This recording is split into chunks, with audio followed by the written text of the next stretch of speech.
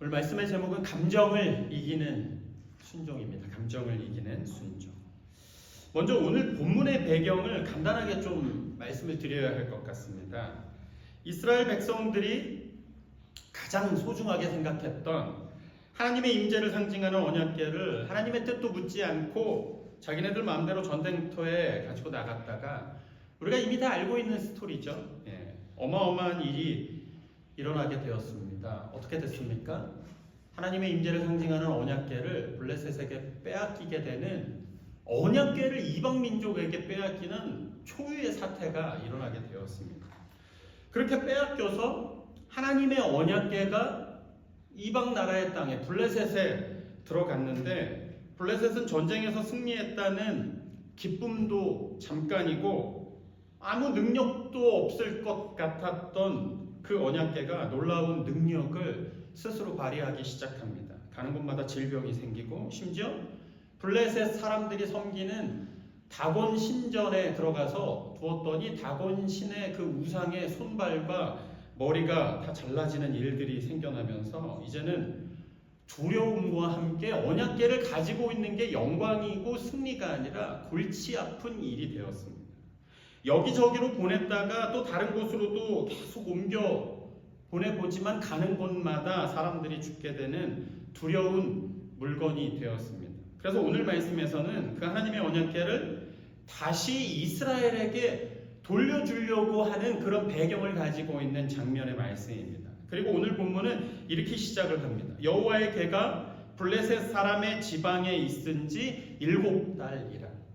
하나님의 언약궤가 이방 땅 블레셋 땅에 있던 시간이 구체적으로 7달이라고 표현하고 있는 건 이런 의미입니다. 성경을 포함해서 유대인들이 표현하고 쓰는 글에서 7이라는 숫자는 우리가 잘 알고 있듯이 하나님의 숫자, 완전한 숫자를 의미합니다. 여기서도 하나님의 언약궤가 블레셋 땅에 7달이나 있었다고 하는 것은 그 블레셋 땅을 하나님의 언약궤가 완전히 정복하셨고 완전하게 승리하셨다라는 의미를 가지고 있는 표현입니다. 그래서 그 땅에 대한 하나님의 심판과 주권이 완전하게 채워졌다라는 의미의 말씀으로 봐야 합니다.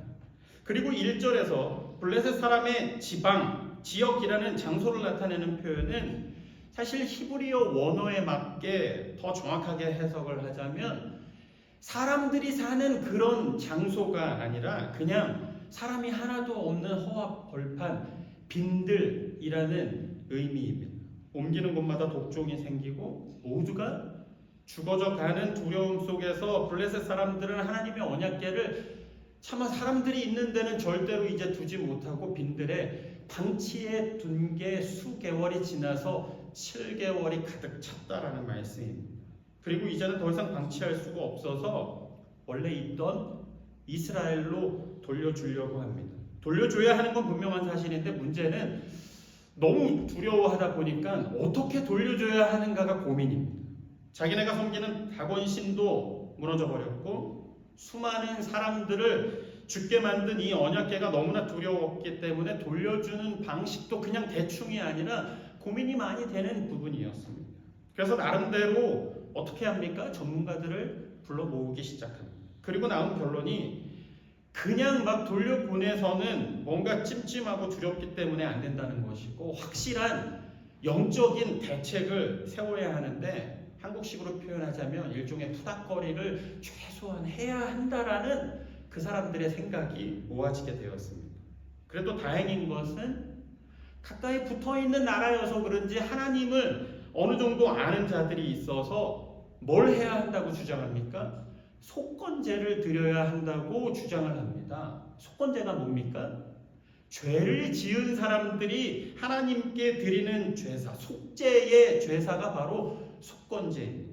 여기까지는 정말 좋았습니다. 속건제를 드려야 한다는 생각 자체가 뭘 의미하냐면 자기네들이 잘못했다는 것을 암묵적으로 인정하고 있는 상황이기 때문입니다. 그래서 그 속건제를 위해서 드려질 제물을 고민하는데 본문에 보면 결국 뭘 드리냐 하면 본문 4절하고 5절 말씀을 좀 봅니다. 그들이 이르되 무엇으로 그에게 드릴 속건제를 삼을까 하니 이르되 전문가들이 얘기하는 겁니다. 블레셋 사람의 방백의 수요대로 금 독종 5과 금쥐 5마리라야 하리니 너희와 너희 통치자에게 내린 재앙이 같음이니라. 그러므로 너희는 너희의 독한 종기의 형상과 땅을 해롭게 하는 쥐의 형상을 만들어 이스라엘 신께 영광을 돌려야 한다. 이렇게 얘기합니다. 이 본문의 내용들을 좀 쓸데없는 거는 다 버리고 가장 중요한 문맥들로만 간단하게 정리해서 얘기하자면 이런 내용입니다. 이스라엘 하나님께 영광을 돌리기 위해서 우리를 괴롭혔던 독한 종기와 쥐의 형상을 하고 있는 금으로 된 상을 만들어서 드려야 한다. 뭔가 이상하지 않습니까? 처음의 목적 자체는 좋았습니다. 이스라엘 하나님께 영광을 돌리기 위해서 우리의 죄를 고백하기 위해서 속건제를 드려야 하는데 근데 그 방법이 뭐냐 하면 자기네들을 괴롭혔던 독종과 쥐 모양의 금상으로 영광을 돌려야 된다는 생각입니다. 목적과 방법이라는 인과관계가 전혀 맞지 않는 결론입니다. 그렇지 않습니까? 우리가 누군가에게 영광을 돌리거나 누군가의 기쁨이 되기를 진짜 원한다면 당연히 내가 판단하고 내가 원하는 방식을 고민해야 하는 게 아니라 그 사람이 좋아하는 그 상대방의 마음을 알아야 하고 상대방이 원하는 것을 드려야 하는 게 상식입니다. 사랑하는 연인이 데이트를 하는데 여자는 분명히 좋아하는 게 따로 있는데 남자는 늘 자기 방식대로만 고백을 합니다. 물론 정성이 있으면 뭐 감동을 할 수도 있습니다. 근데 그 남자는 늘 이렇게 생각합니다. 결국 먹는 게 남는 거야. 이 돼지 간이나 허파나 소피가 우리 몸에 얼마나 좋은지 알아? 여자 입장에서는 때로는 예쁜 꽃도 받고 싶고 비싼 가방도 받고 싶은데 이 남자가 생각했을 때 그런 건 다 쓸데없는 거고 오로지 몸에 좋은 음식으로만 사랑을 고백하고 있다면 만약에 제가 여자라면 하나도 기쁘지 않을 것 같습니다. 결국 블레셋이 드린 속건제라는 것은 여전히 자기네들이 중심이 되는 어쩌면 하나님께 아무런 의미가 없는 껍데기 제사에 불과하다라는 말씀의 설명입니다. 회개를 하기는 하는데 내가 원하는 방식의 회개입니다. 제사를 드리기는 드리는데 하나님과 상관없는 제사입니다. 도대체 금독종과 금쥐가 하나님과 무슨 상관이 있겠습니까? 성경 전체를 다 뒤져봐도 금독종과 금쥐로 하나님을 예배하고 제물로 바쳐야 한다는 말씀이 한 군데도 나오지 않습니다. 근데 블레셋이 왜 많고 많은 것들 중에서 하필 독종과 쥐의 모양으로 하나님께 속건제로 드려야 된다고 생각했는지 아십니까? 그들이 지금 하나님께 속건제라는 이름으로 수레 위에 실어 놓은 이 3가지 금, 독종, 금쥐 그리고 하나님의 언약궤 이 3가지는 지금까지 블레셋을 가장 고통스럽게 괴롭혔던 그 물건들이었습니다.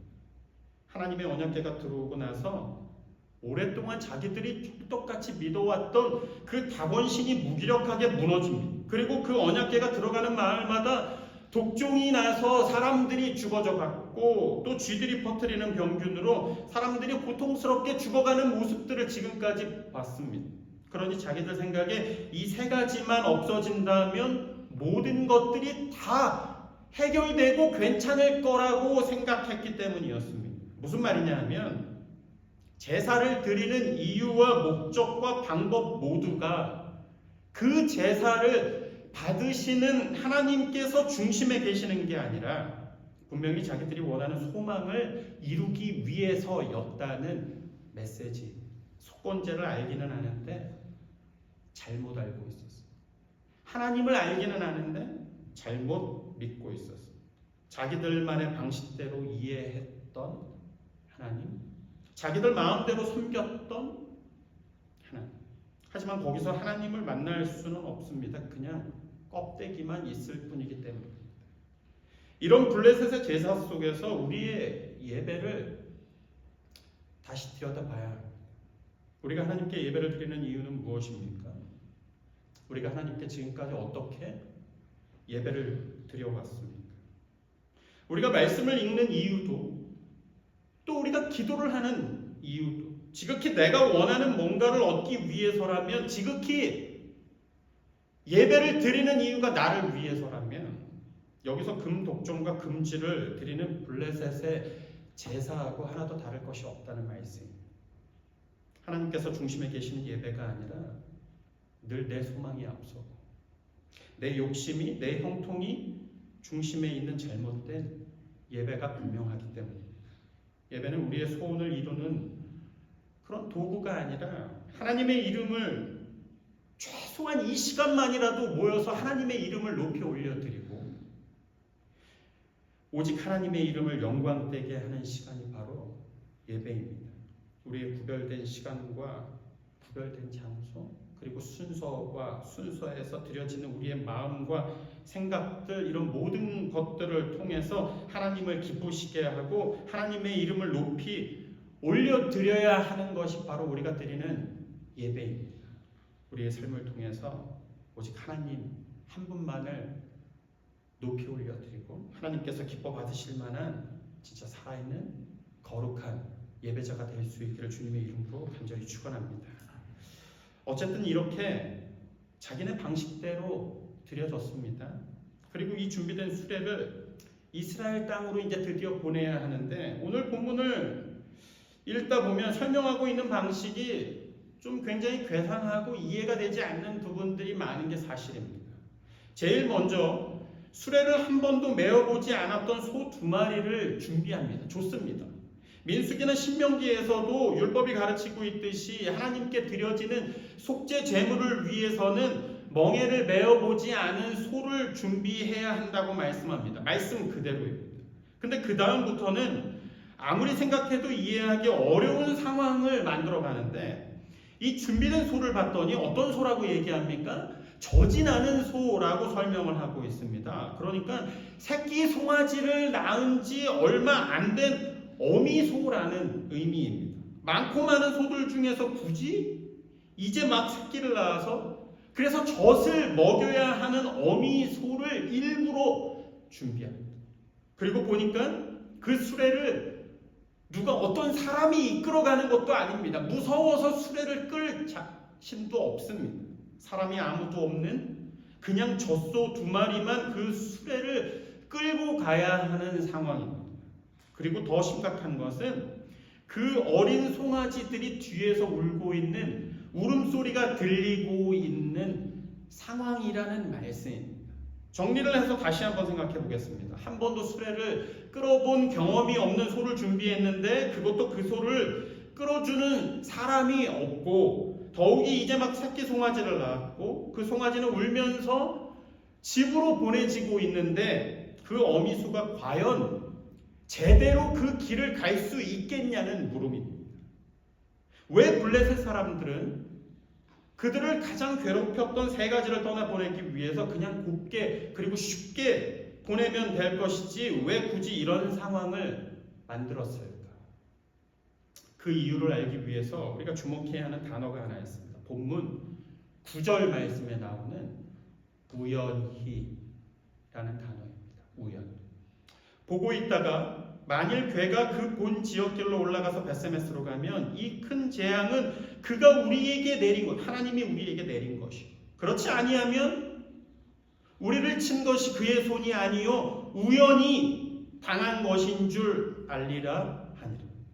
이 사람들이 하나님께 속건제를 드리겠다고 하면서도 여전히 자기네 나름대로 뭔가를 검증하고 싶은 욕구가, 그 자존심이 남아 있었습니다. 무슨 말이냐면 블레셋 사람들은 겉으로는 하나님께 속건제를 드리기 위해서, 그리고 하나님의 언약궤를 원래의 자리에 돌려보내기 위해서 이 일을 하고 있는 것 같았지만 그들 마음속에서는 끝까지 지금 상황을 믿고 싶지 않은, 아니 믿을 수 없는 것들이었어요. 하나님을 신뢰하지 않았습니다. 그들이 전쟁에서 얼마나 큰 승리를 얻었는데 그것도 2번이나 대승을 근데 지난 7개월 동안 일어나는 일들을 도저히 믿을 수도 없고 받아들이고 싶지 않았습니다.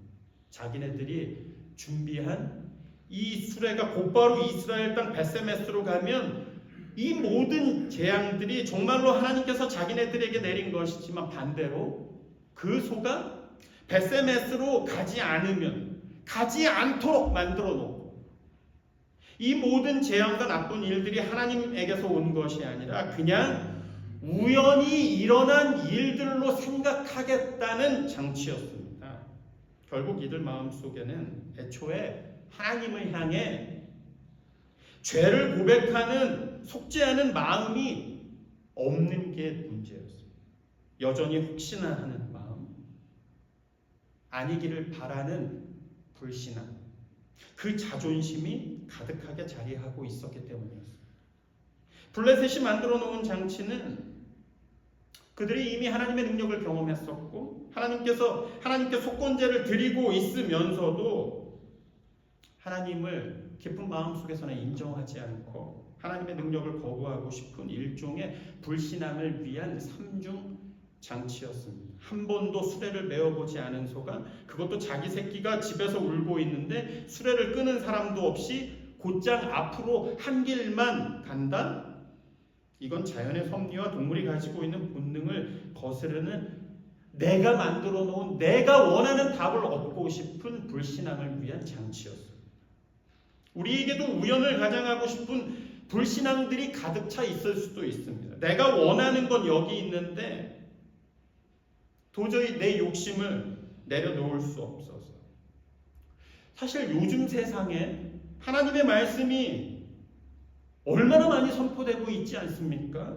정말 우스운 소리가 될 수도 있겠지만 요즘 같은 세상에서는 하나님의 뜻을 모르는 것 자체가 더 어려운 세상이 된 게 솔직한 현실입니다. 굳이 교회에 가지 않아도, 굳이 무거운 성경책을 펼치지 않아도, 굳이 우리 목사님이 아니어도 손에 들려있는 전화기를 통해서 수많은 글과 음성으로 분 단위로, 초 단위로 하나님의 말씀이 선포되고 있고, 라디오 버튼, 내 전화기 플레이 버튼 하나만 눌러도 성경을 읽어주는 프로그램이 한두 개가 아닌 세상이 되어버렸습니다. 귀를 막는 것이 아니라 의도적으로 마음을 닫고 내 눈을 스스로 가리기 전에는 하나님의 말씀이 우리 주변에서 하루에도 수백 개, 수천 개가 새롭게 들려지는 굉장히 놀라운 세상이 되어버렸습니다. 더 이상 하나님의 뜻을 알기 어려운 게 아니라 하나님의 뜻보다 내가 이미 정해놓은 뜻과 내 마음, 내 장치가 너무나 강력해서 하나님의 마음을 거부하고 있는 상태인 것이 솔직한 우리의 영적인 현실일 수도 있습니다. 겉모양은 죄를 용서해주는 속건제라고, 멍에를 매지하는 귀한 재물이라고, 말씀 그대로라고, 하나님의 언약궤를 마땅히 있어야 할 곳으로 보내는 거라고, 그럴싸한 이유들과 모습들은 있었지만 정작 그들 마음속에는 불신앙의 장치들이 끝까지 하나님을 하나도 인정하고 싶지 않은 마음들이 거짓된 재물 뒤에 숨겨져 있었다라는 말씀입니다. 우리 불려지는 이름이, 우리의 겉모양이 그리스도인인 것은 어쩌면 하나도 중요하지 않습니다. 우리가 예배를 드리고 입으로는 찬양을 하고 한 번도 빠지지 않고 예배를 드리면서 맨날 입을 열면 하나님의 뜻을 노래하는 게 중요한 것이 아니라 정작 우리 마음속에 하나님의 뜻을 거부하고 내가 마음에 들지 않고 인정하고 싶지 않으면 우리를 향하신 하나님의 계획과 인도하심을 그저 우연이라는 이름으로 거부하고 있다면 우리는 하나님의 백성일 수 없습니다. 우리는 믿는 자들이 아니라 원하지 않지만 불신자들입니다. 중요한 것은 겉모습이 아니라 우리의 중심이기 때문에 우리의 말과 입으로만 하나님을 믿는다고 고백하는 자들이 아니라 내가 원하는 것만 얻기 위해서 혈안이 되어서 내 마음대로 하나님의 뜻을 판단하고 우연이라고 밀어버리는 것이 아니라 우리 삶의 구체적인 삶의 그 판단과 언행과 결정과 더 나아가 우리 삶 전체가 진짜 하나님의 뜻 앞에 엎드리고 하나님의 뜻에 순종하며 살아갈 수 있는 이 시대 진짜 하나님의 백성 될 수 있기를 주님의 이름으로 간절히 축원합니다. 근데 진짜 더 중요한 메시지가 그 다음에 이어서 나오고 있습니다. 블레셋이 이렇게 말도 안 되는 불신앙의 장치를 만들어 놓았지만 오늘 본문에 나오는 소가 그 본능을 이기고 너무나 당연한 감정을 넘어서서 울면서 좌우로 치우치지 아니하고 갔다라고 말씀하고 있습니다. 하나님의 계획에 순종하는 모습으로 그리고 있다는 말씀입니다. 하나님의 백성인 이스라엘이 아니라 소가. 이 말씀에서 보여지는 소의 모습은 죄악되고 하나님의 뜻에 온전하게 순종하지 못하고 있는 이스라엘 백성들에 대한 비판이고 지금을 살고 있는 우리를 향하신 여전히 살아있는 메시지. 너무나 놀라운 메시지 아닙니까? 지금까지 이스라엘이 보여줬던 믿음의 방식, 지금까지 하나님의 백성이라는 이름, 이스라엘이라는 이름을 가지고 있는 그 사람들이 하나님을 대했던 모습하고는 너무나 다른 모습이 누구를 통해서 선포되고 있냐면 소를 통해서 보여지고 있다라는 놀라운 말씀입니다. 사실 하나님의 백성이라고 했던 이스라엘은 오늘 말씀에 나오는 소보다 못한 것들이었어요.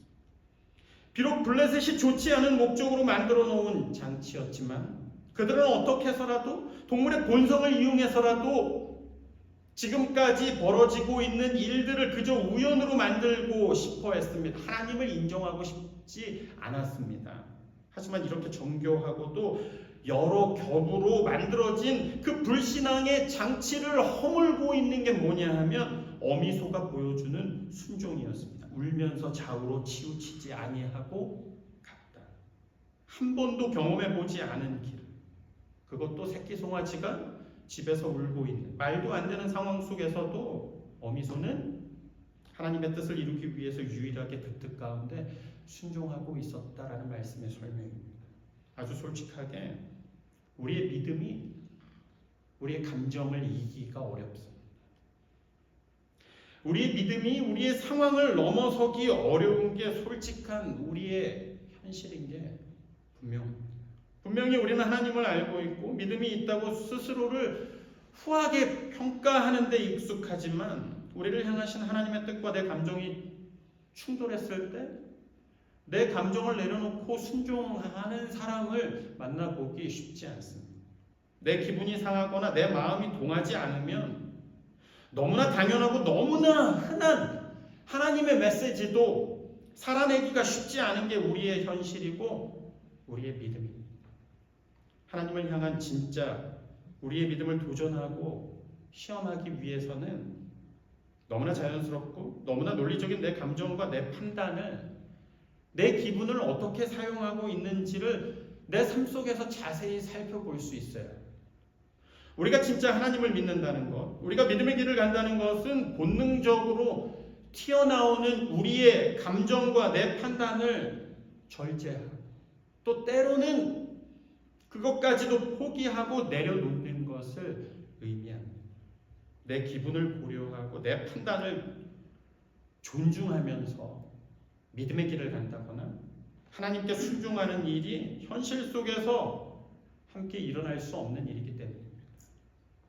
오늘 본문에서 하나님의 뜻을 이루기 위해서 유일하게 순종했던 것은 오직 어미소의 모습을 통해서 일어났습니다.